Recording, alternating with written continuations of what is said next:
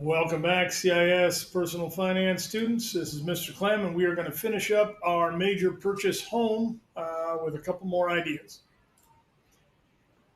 We're going to start out and we're going to take a look at some of our numbers. And as we look at our numbers and we're buying a home and we're trying to ballpark, what is our escrow going to be? What is our homeowner's insurance going to be? As we look at the numbers, we're talking roughly 0.78%, so less than 1% of the amount borrowed. So in the example we worked on earlier, we borrowed $190,000 to buy this house. Private mortgage insurance is going to be less than 1% of that on an annual basis and divided by 12 to get your monthly number. Now, again, it's not going to play into the principal and interest calculation, but if you wanted to know roughly what that is going to do to add to your payment, that's how we would calculate that. As we look at property insurance, same thing. And again, these are coming from various bankers in the area. So they're pretty good at guessing at what some of these numbers are going to be. You take a look at the appraised value of your home. We're going to look at 1% of that as our property taxes. So again, I got a $200,000 home. 1% would be $20,000. Divide that by 12. That should roughly be my monthly property tax amount. And we're ballparking about $100 a month for homeowners insurance. So in the example we worked at before, we had almost an $1,100 30-year fixed mortgage payment, and we had a $1,500 15-year fixed. Right. So either way, I'm going to take my 190,000 times 0.0078, divide that by 12. I got about $125 in PMI insurance until I get 20% equity in the home. I take the $200,000 worth of home times 0.01, that's 2, divide that by 12. Got about $165, $166 in property taxes. So 166, 100 in homeowners, and 125. I got about $400 extra in payments. So in that $1,500 mortgage payment, how did it get to $2,000? Well, that's partly how those numbers came about. And again, these are ballpark, but they're pretty good to help you kind of come up with a realistic number. So looking at the amortization schedule, we already done that. We compared it to the car. We did the 15-year 180 payment option. We did the 30-year 360 payment option.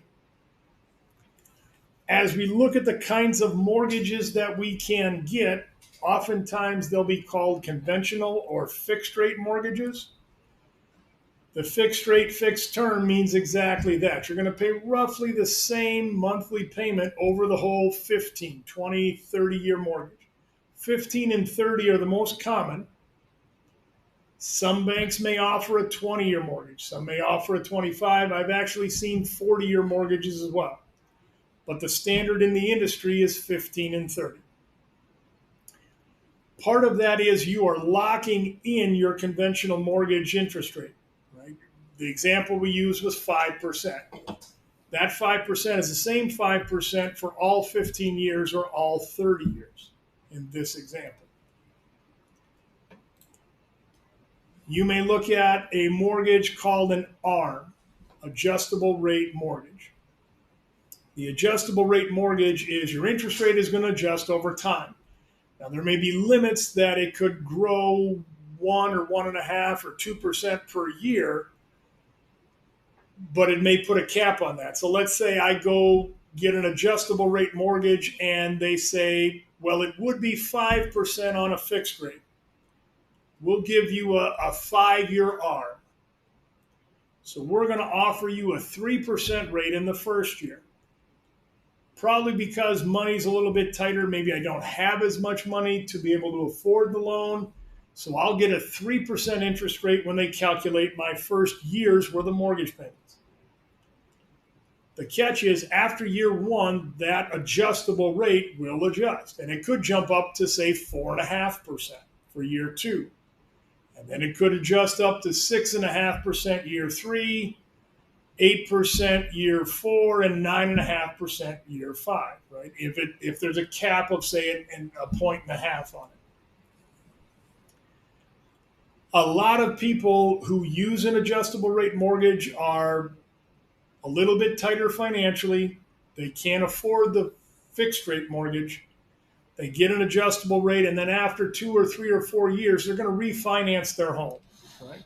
They're going to go back and essentially start the mortgage over. Maybe the interest rate's better. Maybe this adjustable rate is going to go higher. Maybe they've got more equity in the home. Interest rates due to inflation could be going up and down, and maybe it's a better time to get a better rate of interest. So again, often used the first-time homeowners who want a lower interest rate initially, but it's going to go up over time.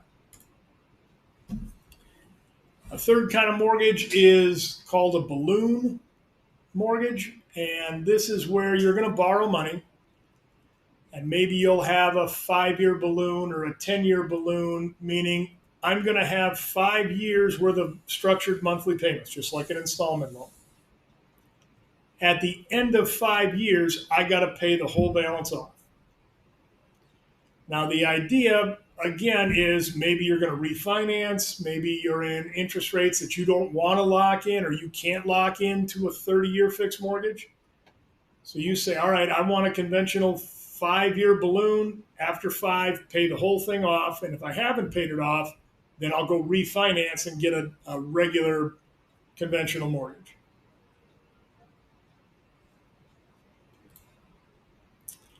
Now, as we start to look at refinancing, right? You've bought a house, you own a house, you're making payments. Those payments have private mortgage insurance. Those payments have property taxes. They have homeowners insurance, kind of all rolled in. And you're looking at, I think it's time to change mortgages, right? The catch is you're starting over. And if you look at it from a visual, when I first start borrowing money to buy a house, a lot of my payment is interest and a very small amount is principal. And as time goes on, the percentage of principal payment goes up and the percentage of interest payment goes down to the very, very end where it's almost all principal and very little interest. Right? So I go get a mortgage, and it's a 30-year fixed mortgage at 5%, and I'm paying and paying and paying and paying and paying, and then all of a sudden I say, hey, interest rates changed. They went down to like 3%. I think we ought to refinance. Okay, that's an option. But again, as interest and principal, as we start working here, we now restart. Right? Brand new mortgage, brand new payment, with the interest being the largest part of the payment. Okay? Now, some people will refinance to be able to take some of the equity out of the house. Maybe you want to build a shed or take a vacation or whatever. I mean, the whatever doesn't really matter. Or you could look at reducing the term of your loan. Right? You go get a 30-year fixed mortgage, and 5 years in, you want to change it to a 15-year.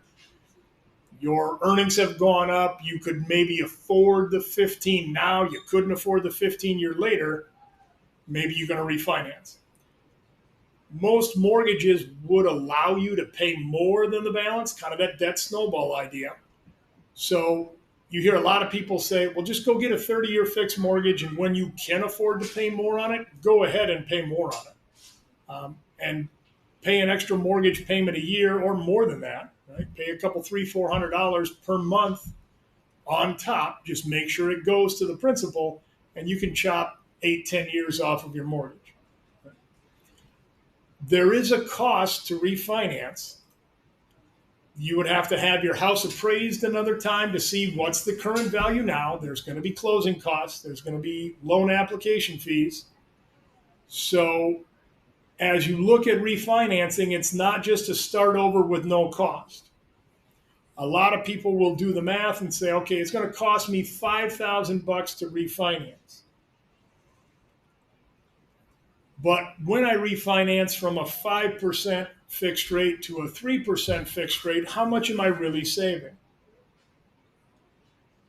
You take that number, that $200 savings, whatever that is, divide it by the $5,000 in closing costs and say, all right, it's going to take me X number of months to make that worth my while. Am I still going to be owning my home in that time period? Or is it going to look like I'm going to sell my house? Then maybe refinancing doesn't make that much sense. So there's a little bit of number and a little bit of not trial and error, but some playing there to see if this is a good deal. Just because interest rates go down 0.5% doesn't mean it's the right idea to refinance, right? Because there are costs to you going ahead and starting a new loan over.